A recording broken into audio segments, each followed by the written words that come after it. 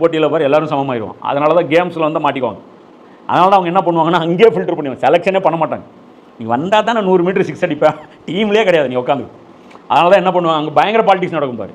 இந்த அவங்க எவ்வளோ நல்லா நீ லோக்கல் டோர்னமெண்ட்டில் விளையாடினாலும் இந்த குறிப்பிட்ட இந்த இனத்தை மேலே வரக்கூடாதுன்னு தடுத்துட்டாங்கன்னா அவன் இங்கேயே ஃபில்டர் ஆயிரும்.